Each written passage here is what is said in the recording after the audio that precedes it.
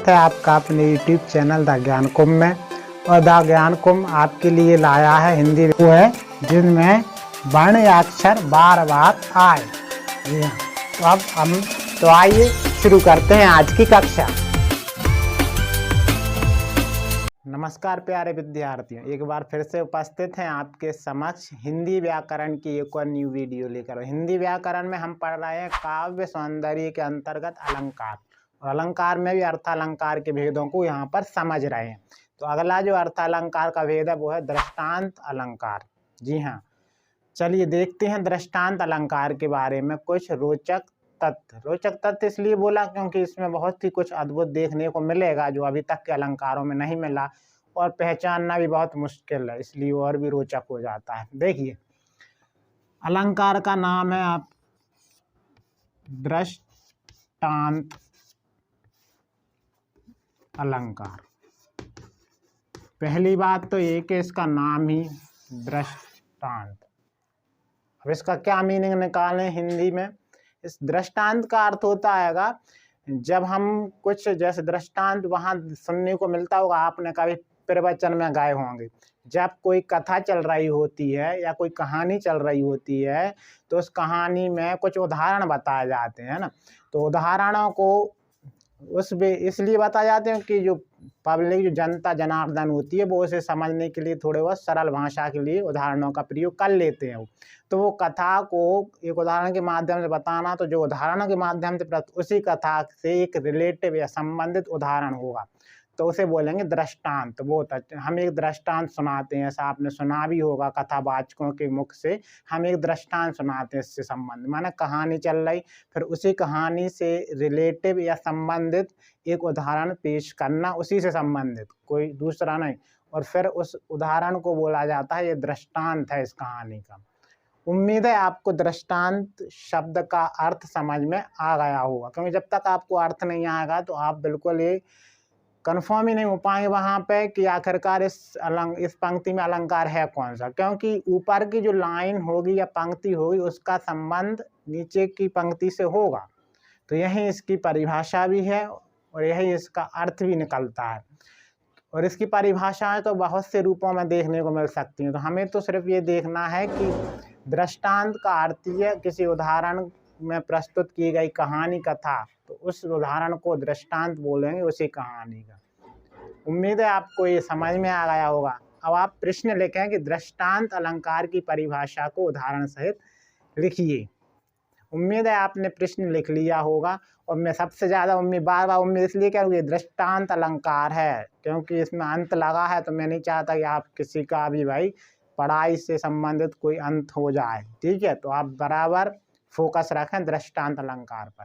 तो हम आते हैं दृष्टांत अलंकार की परिभाषा पर। तो परिभाषा आपको बोर्ड पर लिखी हुई दिख रही होगी। देखिए, काव्य में जहाँ पर दो सामान या दोनों विशेष वाक्यों में बिंब प्रतिबिंब का भाव हो, वाक्य जो है वो सामान्य स्तर का भी हो सकता है, किसी विशिष्ट लक्षण की अभिव्यक्ति कराने वाला भी हो सकता है।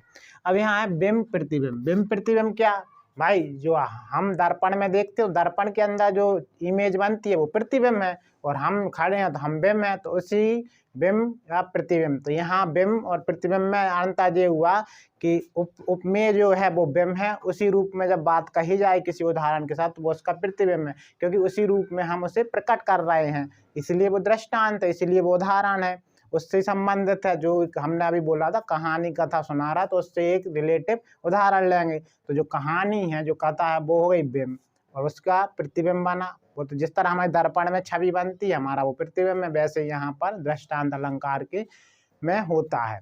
तो यहाँ ये परिभाषा हुई बिंब प्रतिबिंब का भाव हो, या फिर जहाँ उपमेय और उपमान के साधारण धर्म में बिंब प्रतिबिंब का भाव हो वहाँ दृष्टांत अलंकार होता है। माने पहला उपमेय है और दूसरा उपमान है। तो उपमेय के लिए जो कही गई बात है तो उसका दृष्टांत या उदाहरण लेंगे उपमान में। उपमेय से मिली जुली बात को प्रकट करने के लिए हम उपमान में भी उपमेय से संबंधित बात करेंगे। ठीक है, और उसे हम दृष्टांत अलंकार बोलेंगे। उम्मीद है आपको ये समझ में आई होगी परिभाषा बहुत हैं, तो हमें सिर्फ ये लिखना है, या फिर आप ये फोकस करें कि हम बिंब हैं, हमारा दर्पण में प्रतिबिंब होने वाला, तो हम उपमेय हैं और दर्पण के अंदर जो है वो उपमान है। तो जैसे कि तैसा प्रकट हो जाए हमारे सामने दृष्टांत के रूप में, एक उदाहरण के रूप में, तो वहाँ दृष्टांत अलंकार होगा।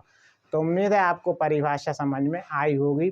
आपको तो ये याद रखना है कि उपमेय से मिलती जुलती बात उसी से रिलेटिव माना उपमेय से हम उपमान में करेंगे, ना तुलना करेंगे, ना आरोप करेंगे, ना कुछ, बस थोड़ा सा उसी डायरेक्शन में बात होगी उपमेय की। तो उम्मीद है आपको परिभाषा समझ में आई होगी।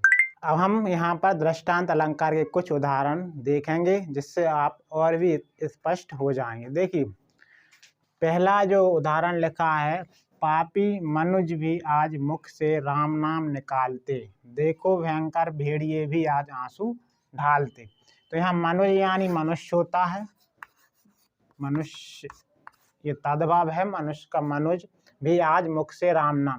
तो आज का समय ऐसे है कि मतलब जिस तरह अगर कोई चोरी भी कर दे या पिटाए, वो चोर पिट जाए तो वो भी आंसू निकाल देता है, मैंने ऐसा नहीं किया, तो झूठ बोल जाए। तो आज भी वो मतलब जो दुष्ट प्रवृत्ति के लोग हैं मुंह से तो राम नाम निकालते हैं, ठीक है।